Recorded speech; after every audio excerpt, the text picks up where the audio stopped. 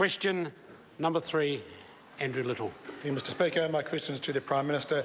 Does he stand by his statement in relation to new statistics showing increased wealth inequality under his government that, quotes, "It's not surprising it's getting a little bit more that way"?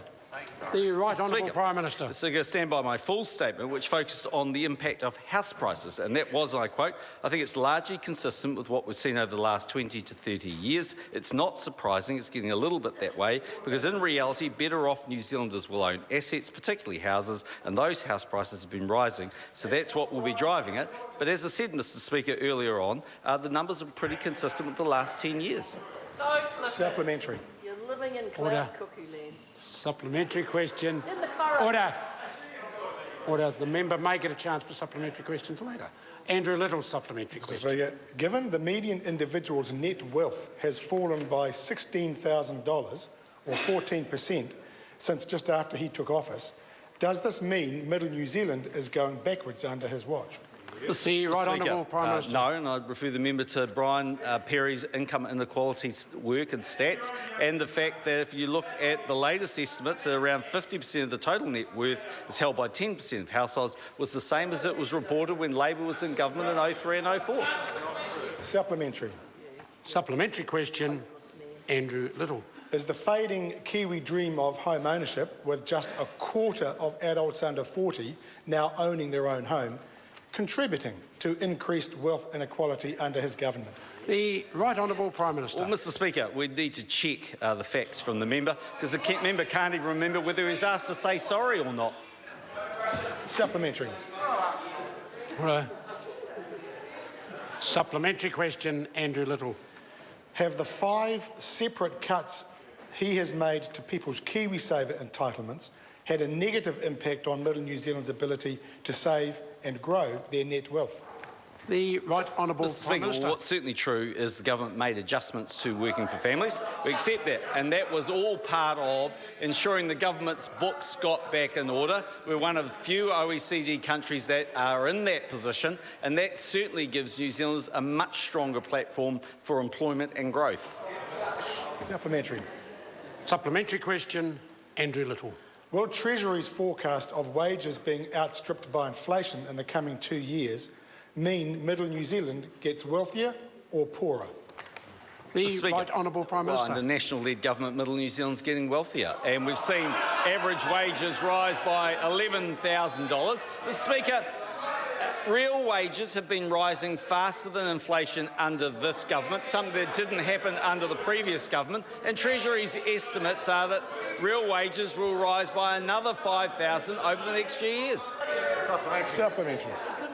Supplementary question, Tim McIntyre. Thank you, Mr. Speaker. To the Prime Minister, what are some of the measures the current government has taken over its term of office to support vulnerable families? Mr. Speaker. The Right Honourable Prime Minister. Well, Mr. Speaker, this year alone, taxpayers will provide $10.4 billion of welfare support to vulnerable New Zealanders, and that excludes New Zealand Super. The government has a strong track record, including being the first government in 43 years to increase benefits for families and children by $25 a week. We've increased working for families, for very low-income working families, by over $24 a week, and by to other families by up to $12.50. We've increased childcare assistance for low-income working families. We've provided free GP visits and prescriptions for under 13s. We provide breakfast in schools to all schools that want it. We've insulated over 300,000 homes across the country, and we've increased the minimum wage. Questions quite. Point of order, Tim McIntyre. Mr. Speaker, I am the person who asked that supplementary question, and I'm sitting directly behind the Prime Minister, and because of the constant barrage of interjection from the other side, I couldn't hear most of the answer. And while we are constantly hearing from the opposition objections at question time... Order. Order. Order. Order. I did hear the answer. I was listening very carefully. I can understand why Mr. McIntyre had difficulty hearing.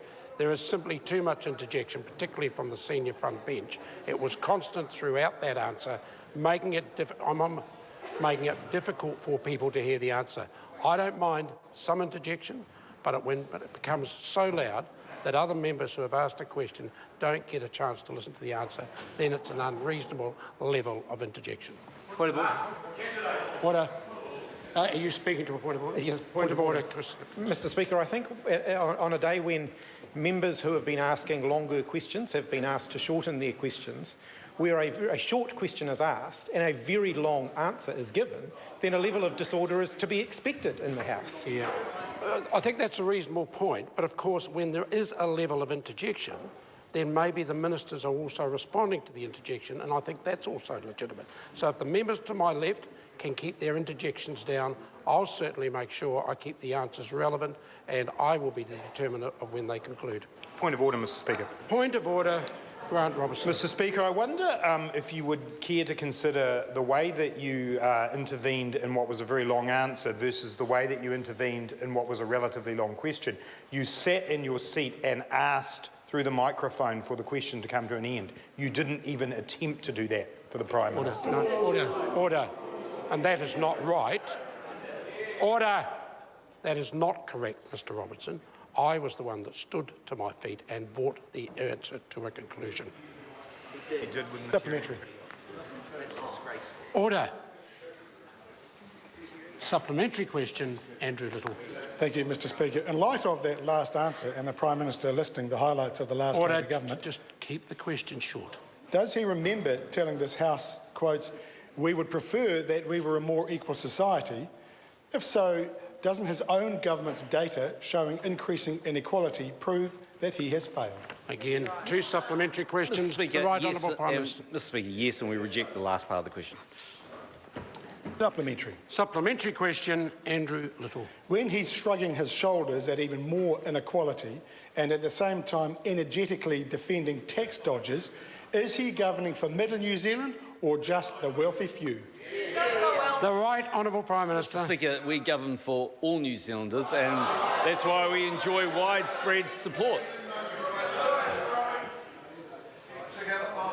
Question. Order. Question